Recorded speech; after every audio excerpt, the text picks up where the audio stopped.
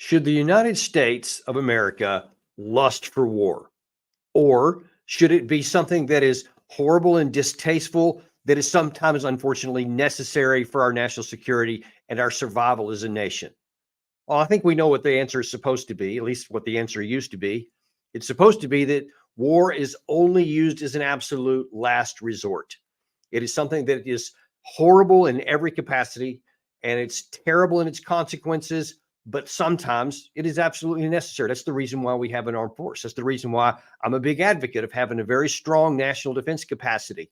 That's the reason I served 21 years on active duty and went to 4 combat deployments. I have seen war up front and close and personal. I've known people who have perished in war. I've seen the catastrophic results on the ground for war, the civilians that get caught up in it. And I despise it and hate it with all of my heart, and would only advocate its use if it was absolutely necessary to protect American lives.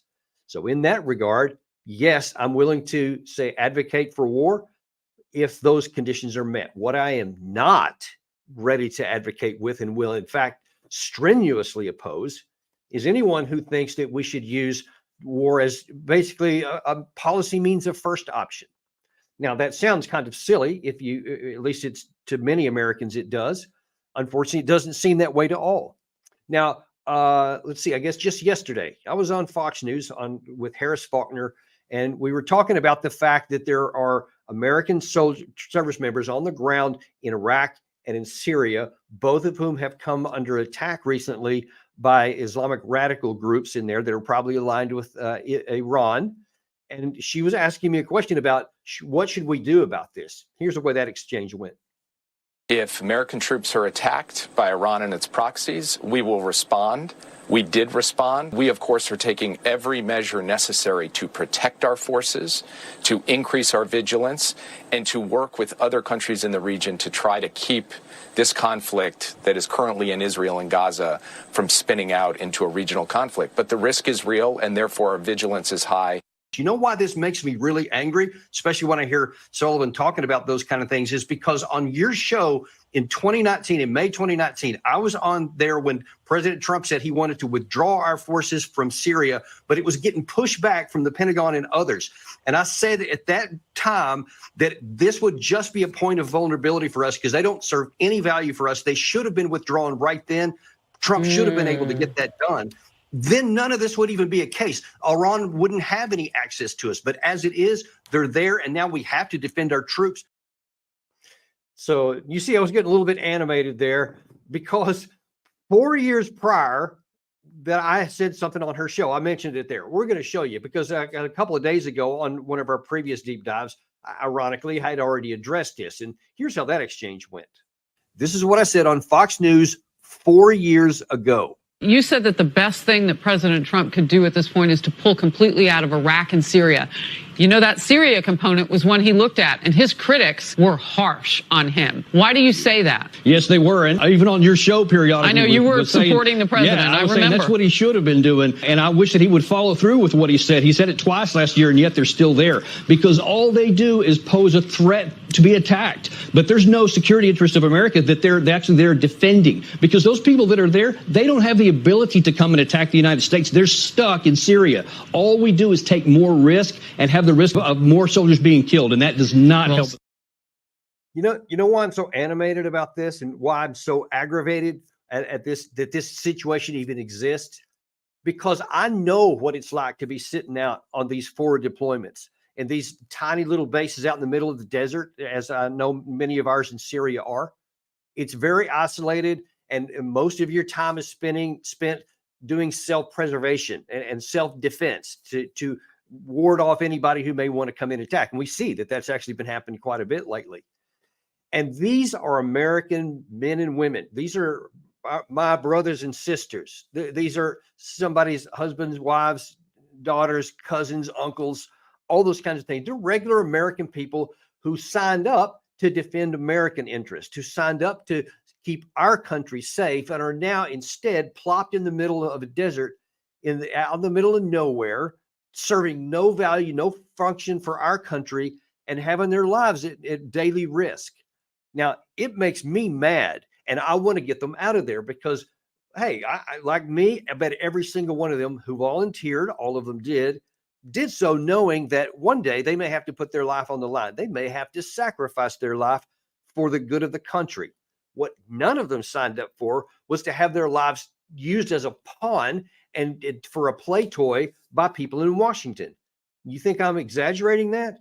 Here's how an exchange happened earlier today, just hours ago, in a Senate hearing when Senator Lindsey Graham was trying to grill the Secretary of Defense, and we'll just watch it.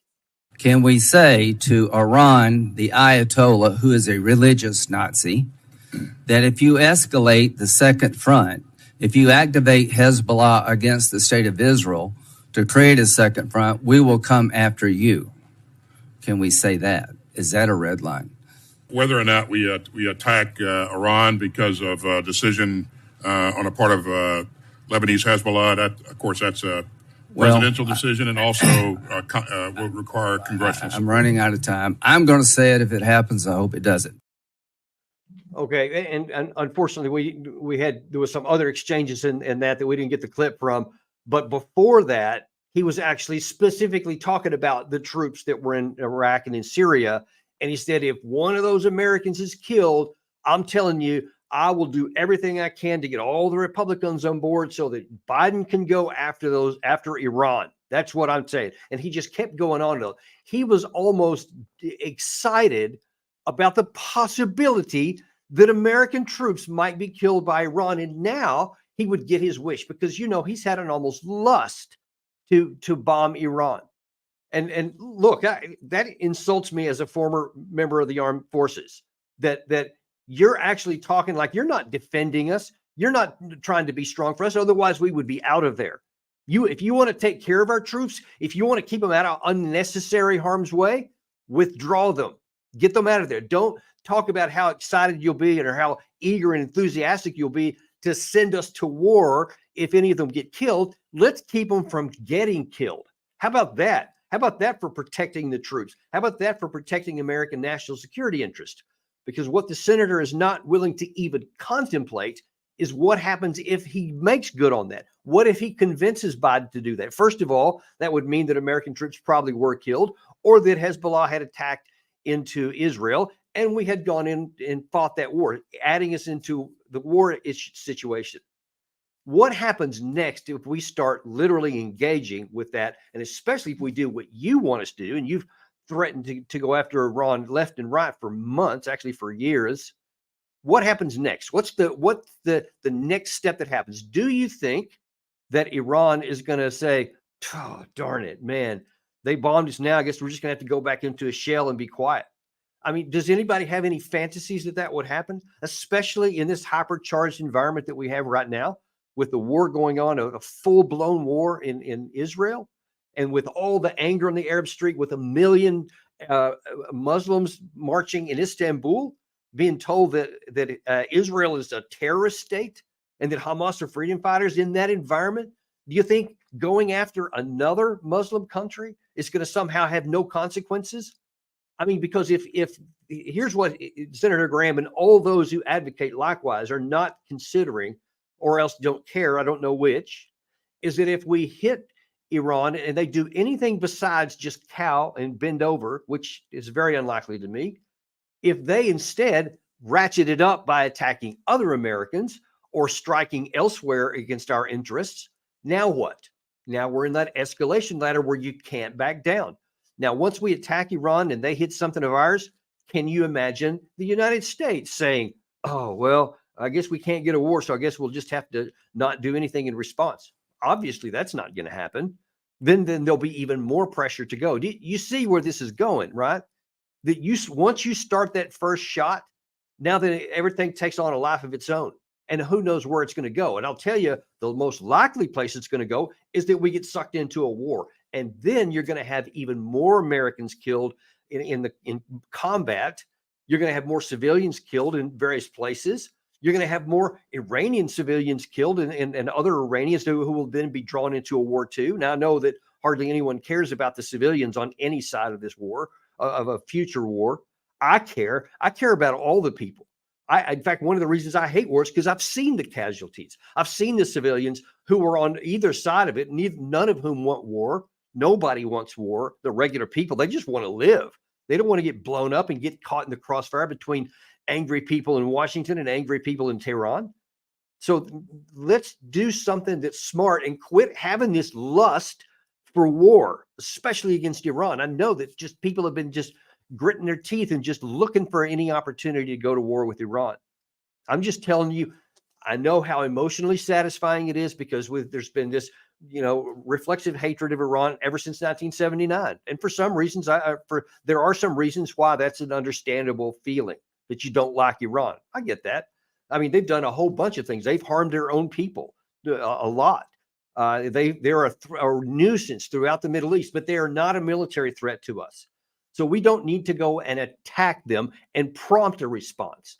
If they initiate something, we can handle that. We can handle that authoritatively. And I would be supportive of that. What I'm not supportive of is engaging and initiating a war to which then they're going to feel like they're in a corner and have to respond. And then it starts ratcheting up and everything goes out of control from that point.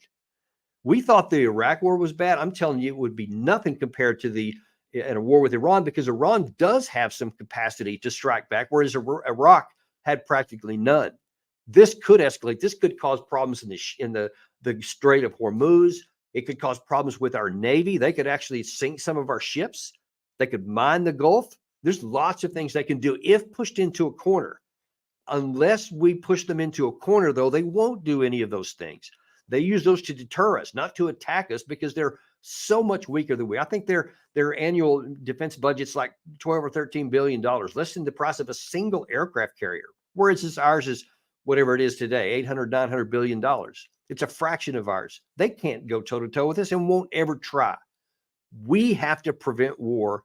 And I, just as an American, what used to be anyway, the American mentality that we want to prevent war, that we want to actually deter it, not seek it out.